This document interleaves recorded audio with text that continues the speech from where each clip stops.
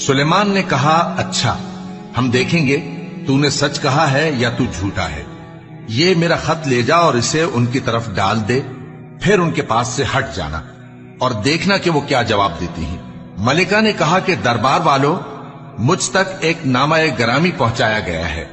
वो सुलेमान की तरफ से है और मजमून ये है कि शुरू अल्लाह का नाम लेकर जो बड़ा मेहरबान निहायत रहम वाला है, बाद इसके ये कि मुझसे सरकशी न करो और मुतियो फरमाबरदार होकर मेरे पास चले आओ। खत सुनाकर कहने लगी कि ऐ अहले दरबार, मेरे इस मामले में मुझे मशवरा दो।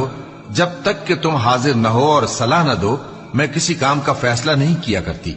वो बोले कि हम बड़े जोरावर और सख्त जंगजू हैं और हुक्म आपके इख्तियार में है, तो जो हुक्म दीजिएगा उसके अंजाम पर नजर कर लीजिएगा। उसने कहा कि बादशाह जब किसी शहर में दाखिल होते हैं तो उसको तबाह कर देते हैं और वहां के इज्जत वालों को जलील कर दिया करते हैं, और इसी तरह ये भी करेंगे।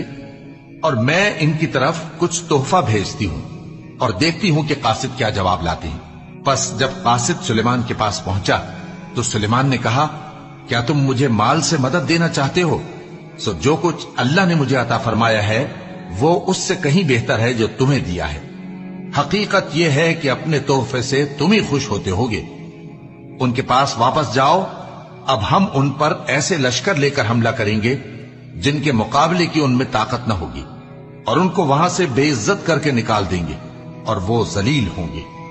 सुलेमान ने कहा कि ऐ दरबार वालों, कोई तुम में ऐसा है कि कबल इसके कि वो लोग फरमाबरदार होकर हमारे पास आए, मलिका का तख्त मेरे पास ले आए? जिन्नात में से एक कवि हैकल जिन ने कहा कि कबल इसके कि आप अपनी जगह से उठें, मैं उसको आपके पास ला हाजिर करता हूं और मुझे इस पर कुदरत भी हासिल है और अमानतदार भी हूं।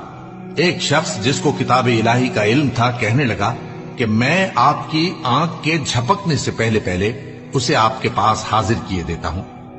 जब सुलेमान ने तख्त को अपने पास रखा हुआ देखा तो कहा कि ये मेरे परवरदिगार का फजल है ताकि मुझे आजमाए कि मैं शुक्र करता हूं या कुफरान नेमत करता हूं। और जो शुक्र करता है तो अपने ही फायदे के लिए शुक्र करता है, और जो नाशुक्री करता है तो मेरा परवरदिगार बेनियाज है, करम करने वाला है। सुलेमान ने कहा कि मलिका के इम्तिहान अक्ल के लिए उसके तख्त की सूरत बदल दो, देखें कि वो सूझ रखती है या उन लोगों में से है जो सूझ नहीं रखते। फिर जब वो आ पहुंची तो पूछा गया कि क्या आपका तख्त भी इसी तरह का है?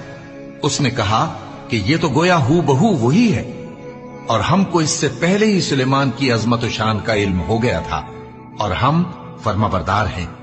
और वो जो अल्लाह के सिवा दूसरों की परस्तिश करती थी, सुलेमान ने उसको उससे मना किया कि वो काफिरों में से थी।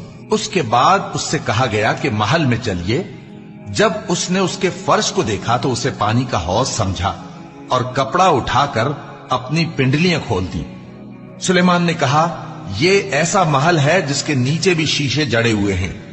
वो बोल उठी कि परवरदिगार, मैं अपने आप पर जुल्म करती रही थी और अब मैं सुलेमान के साथ अल्लाह रब्बुल आलमीन पर ईमान लाती हूं।